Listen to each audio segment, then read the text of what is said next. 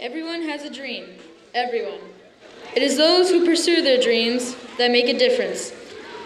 Dr. David Suzuki is living proof of this. He had a dream to save our planet, and look where his dream has taken him and our world. Dr. David Suzuki has made a huge impact on us all. He, just like you and I, started off as a little child with a big dream. Dr. David Suzuki was born on March 24th, 1936 in Vancouver, British Columbia. He spent his early years helping out his family's dry cleaning business. His love for the environment came from his father, who was an avid outdoorsman.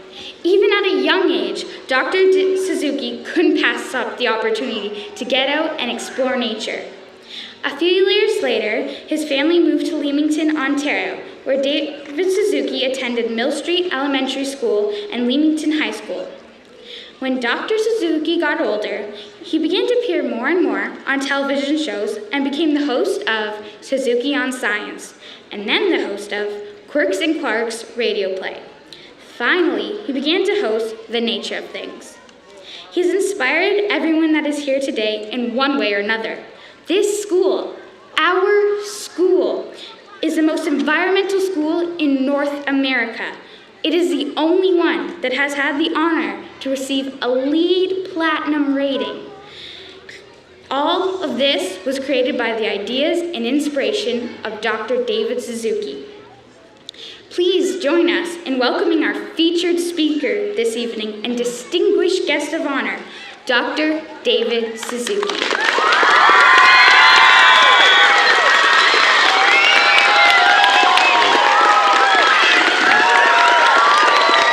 Thank you.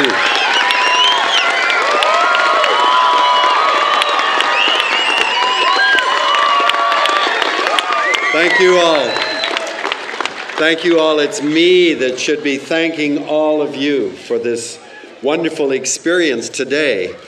But you know, I get a lot of credit for the programs that I do on television, but it takes dozens and dozens and dozens of people to ultimately make me look good. That's not an easy job.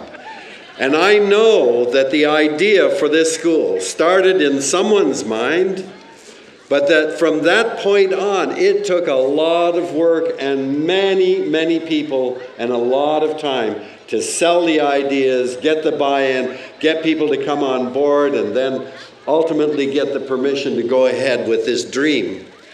And there must have been hundreds and hundreds of people over the years who are all a part of this. And I congratulate all of you. I don't know you, but congratulations. You must be very, very proud to see that idea transformed into this magnificent place.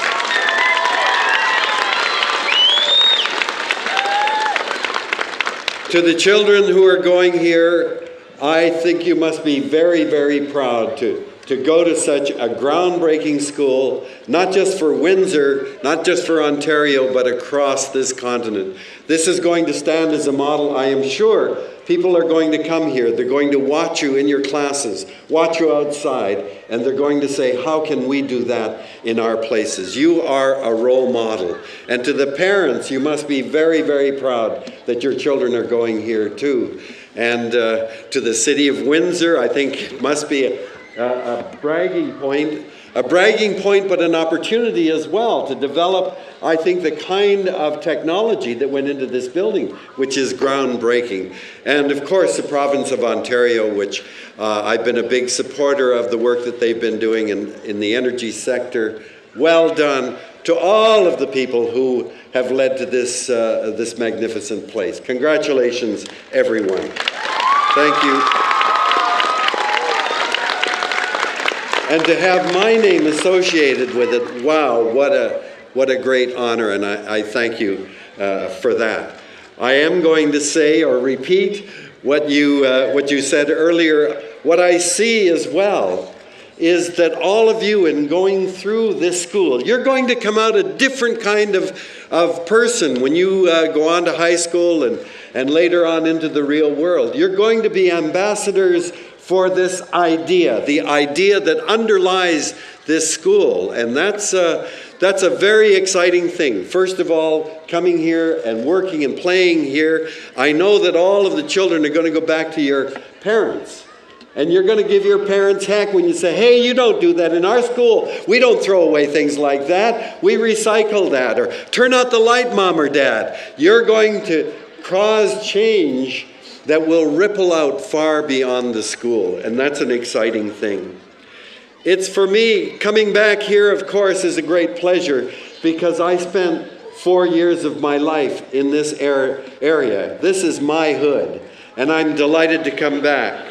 I want to tell you, though, that the Essex County that I remember was a very different place from what it is today. I was 10 when I came to Leamington, and you know, and some people may be old enough to remember, when you drove a car down the road, at the end of the day, the windshield would be plastered with insects because we weren't using pesticides at that time in the way that we do now. And for me as a boy, this was an area filled with wonderful insects. I became an insect collector. I specialized in beetles that I loved to collect all through Essex County, and then later on I became a geneticist studying an insect, a fruit fly.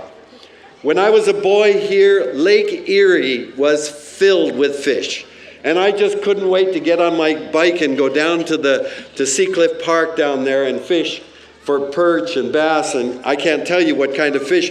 We ate everything that we caught. And then I was horrified to learn that Lake Erie was said to be dead. And it was because, of course, our excess use of pesticides and fertilizers and all kinds of things, but Lake Erie is now coming back. When I was a boy here, every spring or early summer, there was a hatch of an insect called a mayfly. And they hatched out in such abundance, they would cover entire buildings. Street lights would be coated with them, and the roads would be slippery with their bodies. Cars would skid on them, and their carcasses would pile up on the beach. Oh, 1 meter or 2 meters deep. It was an amazing demonstration of nature's abundance. And within 10 years after I moved here, they were all gone because, again, of the use of pesticides on the field. We've learned a lot from that, and I'm hoping that we're beginning to change. I believe that this school is a signal of our change. I just want to mention 3 things. The biggest challenge we face now is the way that we see the world. And I believe that we've come to look at the world in a very weird way over the last 100 years. You see, 100 years ago, most people in the world didn't live in big cities. They lived in small rural villages or small towns. And that's because most of the people in the world, including Canada, 100 years ago, were involved in some aspect of farming, of growing food. Farmers know that weather and climate affect whether or not you're going to succeed in the coming year. Farmers know that the amount of moisture in the soil is related to how much snow there was in the winter. Farmers know that you need insects to pollinate flowering plants. They know that certain plants capture nitrogen from the air and make fertilizer in the soil. Farmers know that we are a part of nature. But we've forgotten that connection because now, in only 100 years, most of us live in big cities. And in a big city, it doesn't seem like nature is a part of our lives. Most people in the city are worried about their jobs because you have to work in order to make money to buy the things that you want. And so we turn away from our understanding that we're a part of nature to a focus on the economy.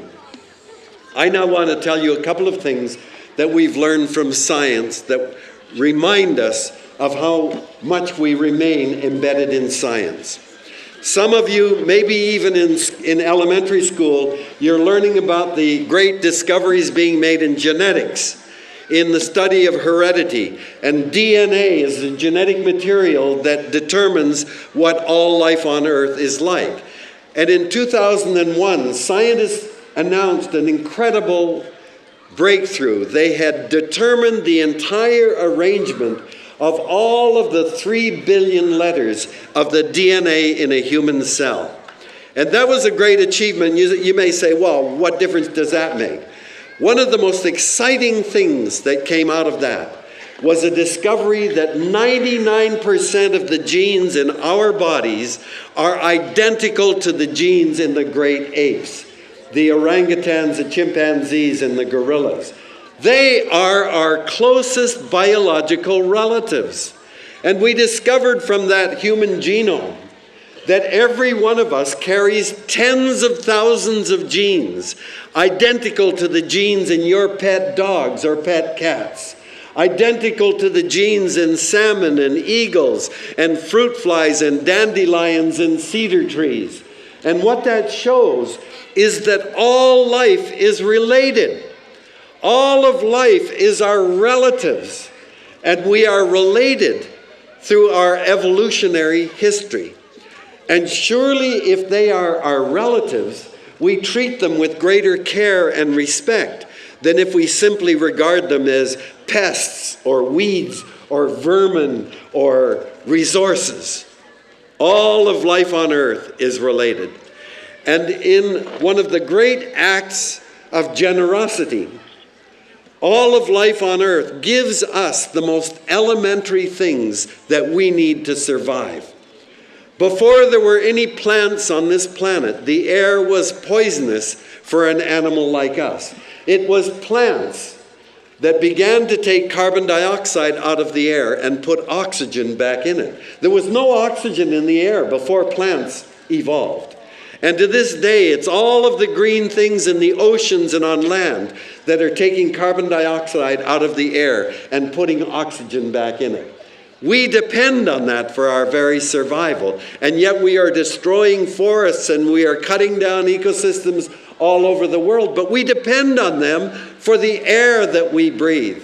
The problem we face today is that we are burning so much fossil fuel that we are putting more carbon dioxide into the air than all of the green things can reabsorb. And so it's building up like a blanket around the planet and warming the earth.